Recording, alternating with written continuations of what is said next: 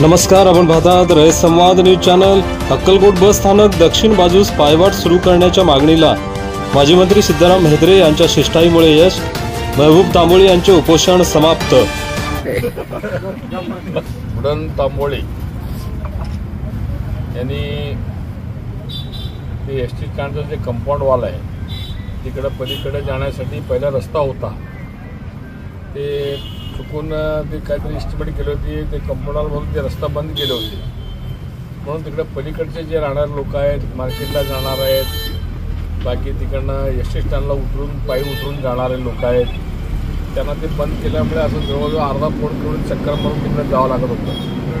प्रवाशांना पण त्रास होता आणि इतर लोकांना पण त्रास होता, म्हणून तिथं फक्त ते पायी जे जाणारे लोक आहेत त्यांच्यासाठी तिथं एक रिंग वॉल करून लोखंडी पायवाट ते सोडण्यासाठी त्यांनी त्या उपोषणाला बसले होते। आज त्याचं उपोषणाचा 4था का 5वा दिवस आहे, 4था दिवस आहे, म्हणून आम्ही परवा त्यांना भेटून गेलो होतो बाबा की आम्ही जाऊ परिवहन मंत्र्याकडे जाऊन तुमचं निवेदन सगळं देतो, म्हणून मी निवेदन घेऊन गेलो होतो।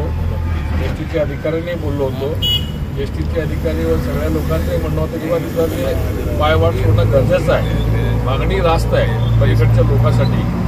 मग आम्ही ते सगळ्या वस्तू आज परिवहन मंत्री माननीय प्रताप सरनाईक साहेब आले होते, आम्हाला बोललं होतं सकाळी 8 वाजता। त्यांनी सरोवरमध्ये जाऊन आम्ही त्यांना भेटलो, वस्तुस्थिती सांगितली, निवेदन दिलं।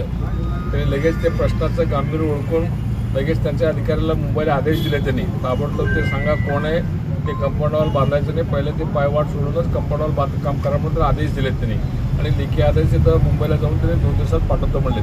त्याप्रमाणे त्याने अधिकाऱ्यांना त्यांचा आदेश दिलेला आहे। त्यामुळे ते त्यांना सांगितलं आम्ही बुडांना किंवा मंत्री महोदयांनी आदेश दिलेले आणि तिथं पायवाट सोडणार आहेत, त्यामुळे आता आपण उपोषण सोडावं असं आम्ही सगळ्यांनी विनंती केली।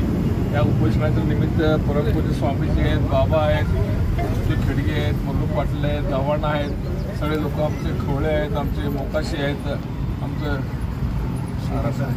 सद्दाम शेरीकर आहेत, अतिकारव आहेत, वकील बागवान आहेत, सगळे लोक आहेत, सगळे सगळ्यांनी आम्ही सांगितलं आता प्रश्न सुटलेला आहे, आता उपोषण करायची काही आवश्यकता नाही असं त्यांना सगळं पटवून दिल्यावर त्यांनाही पण ते समाधान पटलं।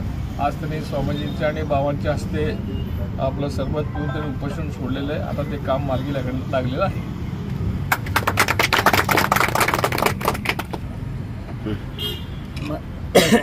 मी जे उपोषण करत होतो त्यासाठी जेवढ्या लोकांचं मला सहकार्य लाभलं मी त्यांचं मनापासून आभार मानतो। आणि आमचे अक्कलकोट विरक्तमठचे महाराज, दातापीर दर्गाचे साहेब, तसेच आमचे मंत्री साहेब, खडगे साहेब, मल्लू पाटील, सगळ्यांची नावं घेत नाही, सगळ्यांचा आभार मानतो। सगळ्यात महत्त्वाचं मी आमचे जे लोकशाहीचं 4थं स्तंभ म्हणतात पत्रकार, खूप धन्यवाद मानतो। आणि बाकी सगळे जे माझे मित्र परिवार आहेत तालुक्यातले, सिटीतले, ज्यांनी मला सपोर्ट केले त्यांचं सगळ्यांचं मी आभार मानतो। आणि ह्या पुढं समाजाच्या कामासाठी, फक्त असं नाही मुस्लिम समाजासाठी, प्रत्येक समाजाच्या प्रत्येक घटकासाठी कधी पण मला आवाज द्या, मी तयार आहे। कुठल्याही प्रकारचं आंदोलन करायला मी तयार आहे आणि सगळ्यांना मी मनापासून सगळ्यांचा आभार मानतो।